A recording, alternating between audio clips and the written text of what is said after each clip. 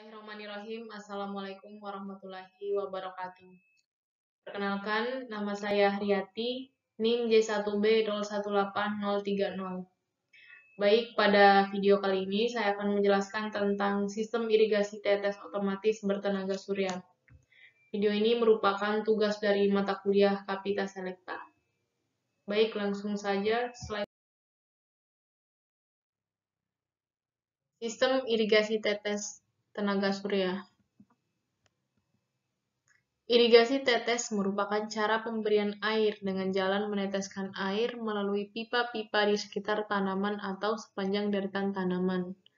Hanya sebagian dari daerah perakaran yang terbasahi, tetapi seluruh air yang ditambahkan dapat diserap cepat dan pada keadaan kelembaban tanah yang rendah.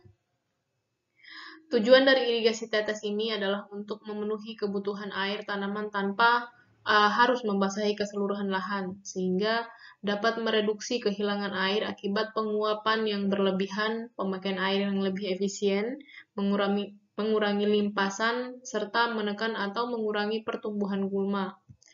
Kemudian untuk tenaga suryanya ini merupakan energi yang berupa sinar dan panas matahari. Energi ini dapat dimanfaatkan dengan menggunakan serangkaian teknologi seperti pemanas surya, fotovoltaik surya, dan lain-lain.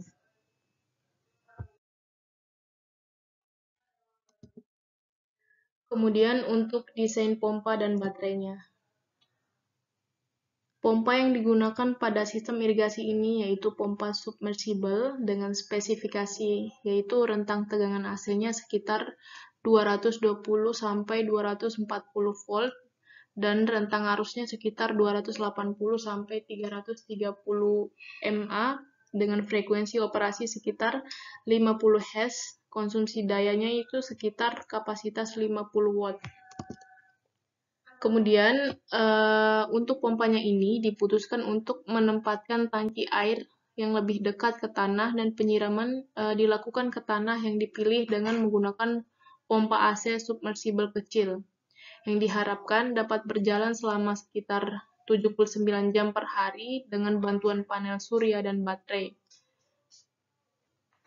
Karena pompa yang dipilih untuk bekerja pada ketinggian 6 kaki, menghasilkan 600 LPH dan memenuhi jumlah air yang dibutuhkan untuk disuplai ke area yang dipilih, yaitu 18 meter kuadrat. Jika pompa terus beroperasi selama 9 jam, itu akan menghasilkan 5.400 liter, sehingga kebutuhan energi untuk pompa ini adalah 9 jam dikali 50 watt, yaitu menjadi 450 Wh.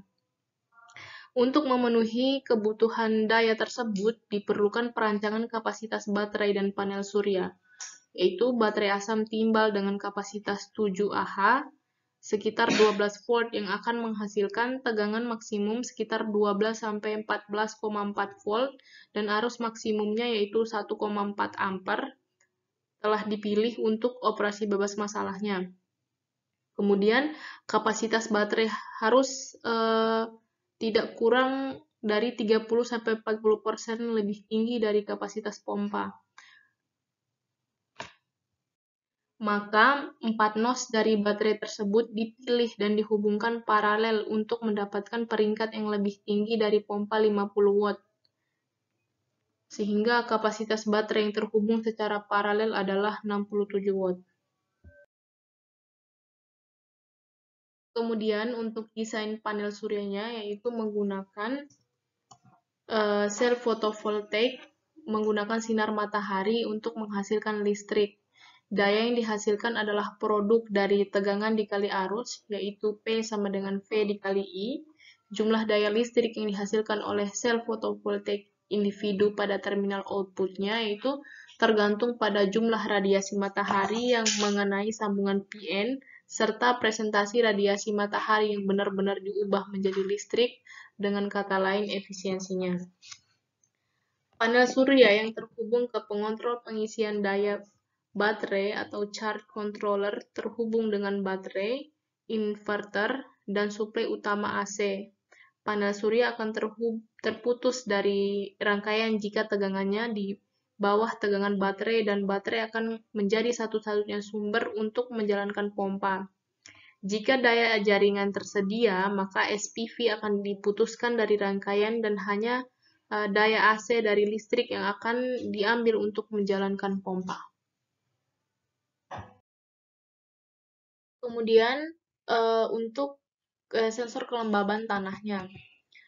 Tanah pada dasarnya bersifat non-konduktif, tetapi keberadaan air di dalam tanah meningkatkan konduktivitasnya karena adanya ion konduksi di dalam air.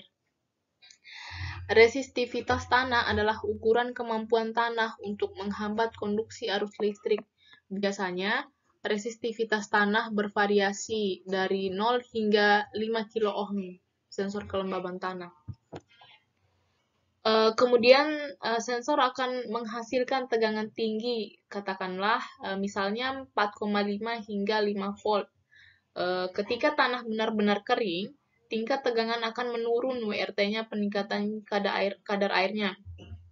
Ketika tanah benar-benar basah, tegangan output-nya akan menjadi 0,88 hingga 1,0 volt. Kemudian, mikrokontroler yang digunakan pada sistem ini yaitu Arduino Mega 2560. Dengan menambahkan beberapa fitur ke dalam sistem yang dikembangkan, juga dapat digunakan untuk memantau parameter lapangan lainnya seperti suhu tanah, suhu udara, pH, nutrisi, dan lain-lain.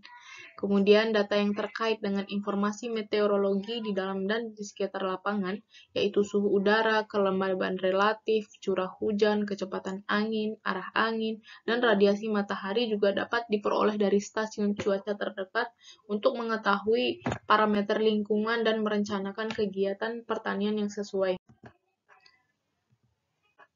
Dengan menambahkan modul GSM dan Bluetooth yang terhubung dengan mikrokontroler Arduino yang dihubungkan secara bergantian dengan relay, dapat mengontrol pengoperasian sistem irigasi menggunakan teknologi nirkabel, yaitu dengan mengirimkan SMS melalui jaringan GSM.